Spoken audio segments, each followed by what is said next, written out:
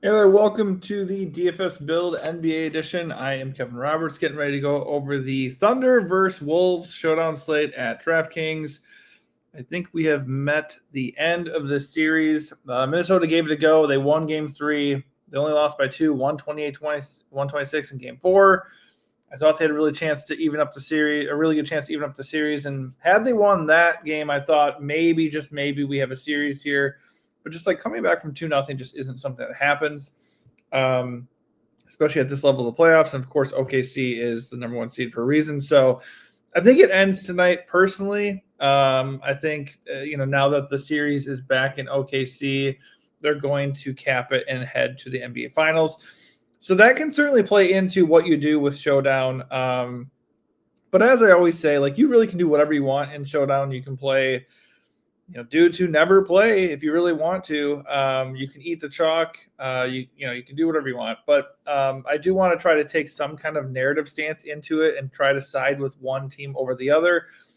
Overall, I think if you're running a lot of lineups, you can just kind of mix and match and just play the best plays and just try to get a little bit different. Like, rule number 1, obviously, is let's win, right? But rule number 2 in Showdown is let's not dupe. So how do we get up there? Without sacrificing some of the top plays, but then, getting different enough. So like yesterday, for instance, we went into that slate and, the top projecting captain for ownership was Aaron Nesmith because he's really cheap and, he's locked into a big role. And then right behind him was Jalen Brunson. And not that far behind him, but still way less than Nesmith, was Tyrese Halliburton, and he was one of my favorite captains.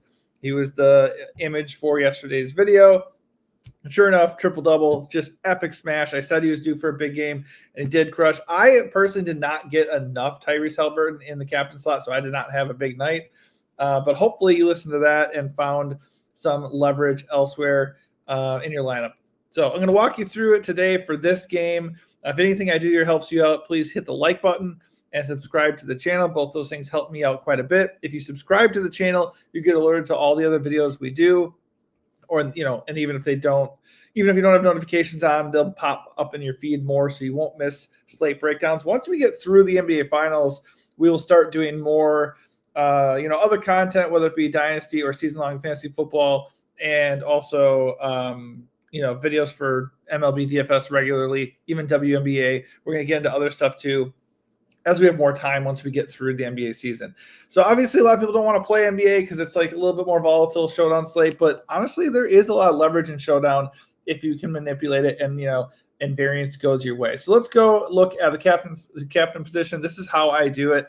I look at the ownership and the projections and just see where the field is kind of headed, and then kind of pivot away from that in some manner. So last time for Minnesota OKC, it was SGA season, and fading Ant was the way to go. I don't honestly remember what I decided or where I was going. I think I certainly wasn't on them because I rarely want to play the top 2 or 3 guys in terms of ownership in the captain slot, at least not very heavily.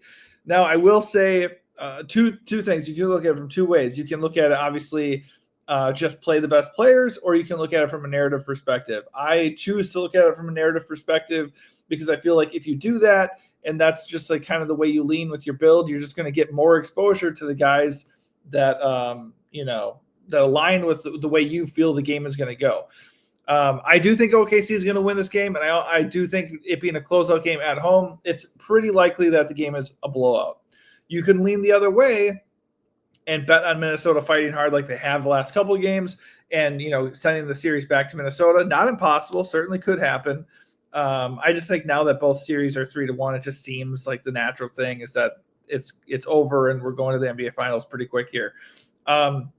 So if you believe that, and there's the projection here is that the field is going to believe that with SGA at 32% owned, that is also because SGA is just the flat out best play that you can have here. I mean, SGA is coming off a monster game where he had 68 fantasy points. He's been very good in the series overall. Hasn't really been fully needed all the time, but he has maintained his massage usage rate. He just has a really nice floor, really nice ceiling. 55 plus fantasy points in 3 of these 4 games. 1 dud when OKC got obliterated by the Wolves in game 3. But overall, I don't have a problem with SGA. I just have a problem with his ownership. If he's going to be 32% owned at 18.6K, I have no problem sliding him to the flex and getting different. Obviously the concern there is SGA could go off, and who are you getting that can kind of match him? Obviously, the first one's going to be Ant, and the second one's going to be Jalen Williams. I have no problem with that, especially if they're going to come in at pushing half the ownership of SGA. And even if you think OKC is going to win, if you don't think OKC is going to blow them out, then still captaining in Minnesota plays is totally fine.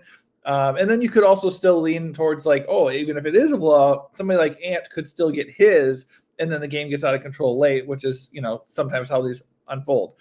Long story short, if you want to play SGA, don't have a problem. If you want to play Ant, don't have a problem. I don't really want to play those guys or Jalen Williams right now in the captain. The big reason why I think OKC wins, I think it's going to be a blowout. And also, Jalen Williams had 34 real points in the last game. He's had a very good series. He's been fantastic. But obviously, there is the blowout narrative. I'm not going to lean too hard into that in my decision making, but I am going to lean into the fact that I don't really think he's going to have a career playoff outing 2 games in a row. And plus, he's pretty owned here. So if Jalen Williams is going to be the second highest owned captain, I'm going to definitely go underweight on him. And he's also pretty owned in the flex. So Jalen Williams is kind of my Aaron Nesmith of this slate, where he's a reasonably priced captain, has had a really good series, projects really well, third best projection of the slate. Really not a great reason to go away from him, other than the fact that I think, it just seems a little bit unlikely that he's going to crush at that level in back-to-back games, and he's going to have a lot of ownership going his way. So of that trio, Ant is the most appealing to me right now. I think he's a good leverage on SGA's ownership and a good pivot in terms of ownership away from Jalen Williams too. One guy that I'm really interested in is Chet Holmgren, though. He's probably my favorite captain of the slate. I've been kind of quiet in this series, but last game, 39 fantasy points, got going a little bit. His usage rate has fluctuated quite a bit, but I just feel like these kind of elimination games kind of open things up for, a smaller rotational player, not rotational player, but just a smaller piece to the puzzle to kind of pop off and help, end things. And just Chet has been a little quiet. We know he has a massive ceiling. I would not be shocked at all if he had a huge game. He does have a top 5 projection on the slate, and he's coming in at half the ownership of Jalen Williams and a fraction of the ownership of SGA. So if you're playing an OKC guy in the captain, Chet is my favorite to gain some leverage here. If you want to play SGA and Jalen, I don't have an issue with it either. Not super psyched to play any other OKC guys in the captain spot. If I did, I'd probably just punt and really lean into the blowout thing and just take a shot on, Isaiah Joe or Aaron Wiggins, and I suppose Kason Wallace, Caruso, Dort. Those guys are all fine. There's just no real upside there. I think if you're going to do the blowout thing, you're hoping you get fourth quarter run from one of these punts, and that the studs that you stack up in the flex are getting there in 3 quarters before the game gets out of hand. So that's not my favorite way to go, even though I think the game is going to be lopsided, but it is viable. For the most part, I go Chet, SGA, Jalen. I'm just taking a hard stance specifically against Jalen Williams in this game, and hopefully that creates some leverage. I do have a lot of interest in the Minnesota side, even though I don't think they're going to win this game. Obviously, Ant, we already talked about him, but Julius Randle at 14.4K, he's not going to garner any ownership, it looks like. Julius Randle certainly had a very up and down series. As you can see, some red in there, not great. He's lost some minutes due to it, but he still had a really nice usage rate. It's just going to go if he can get out there and hit his shots like he did in game 3 and game 1. He's going to play, and then he has a ceiling when that happens. We know he has triple-double upside from the previous series. He's not found his rhythm in this series, but you just never know what's going to happen. And, in that price range and when you're looking at the top studs, Julius Randle is very interesting at basically no ownership. I don't mind Jaden McDaniels. Feel like he's a little bit expensive, not a massive ceiling for the captain. He did get going last game, 40 fantasy points. If he hits his threes, he can pop off and break the slate. That's possible. But just generally, they just have a lot of different guys to throw in there. We know Ant and Julius, if he hits his shots, they're going to play most of the game. And Jaden will play most of the game too because of his defense. But they're going to rotate in like Dante DiVincenzo. There's obviously Mike Conley. Nah went off last game. Like if these guys are all coming in and kind of cycling and taking usage away, I just think McDaniels like has to be perfect to hit. And at 10.8K in the captain, that's not really something I want to do. I think he's a fine flex play, just not a guy like I feel like, oh, I have to play Jaden McDaniels. I'm just not there. If you think the game's going to blow out, we can certainly look at the bench guys, Naz Reid, DiVincenzo, Nickeil Alexander-Walker, those guys are all in play. Right now, my lean would be Dante. I just think he's not going to be owned. Also, nice price at 7.5K, $3,000 less than Naz Reid. I think like Dante's been decent in this series too. Well, that's not true at all actually, but maybe it's a recency bias from here. I remember last game he was really good. So yeah, no, he's been struggling actually quite a bit, but he's still working off the bench. We know he has a decent usage rate when he's out there, and he was not dealing with foul trouble and stuff. So I think Dante's price and upside, if the game gets out of hand, is a little bit interesting to me. So I do like him. And the fact that he's $3,000 cheaper than Naz Reid is pretty glaring as well. I don't think the ownership is going to be egregious on Nah, but if it is, because Nah is only 5.1K, he does have a roll off the bench, but he went nuts last game. He made like every shot, 9 for 15 shooting. I just highly doubt that happens again. So if Nah is going to be popular in any way, I'm just not going to be interested in Nickeil Alexander-Walker at all.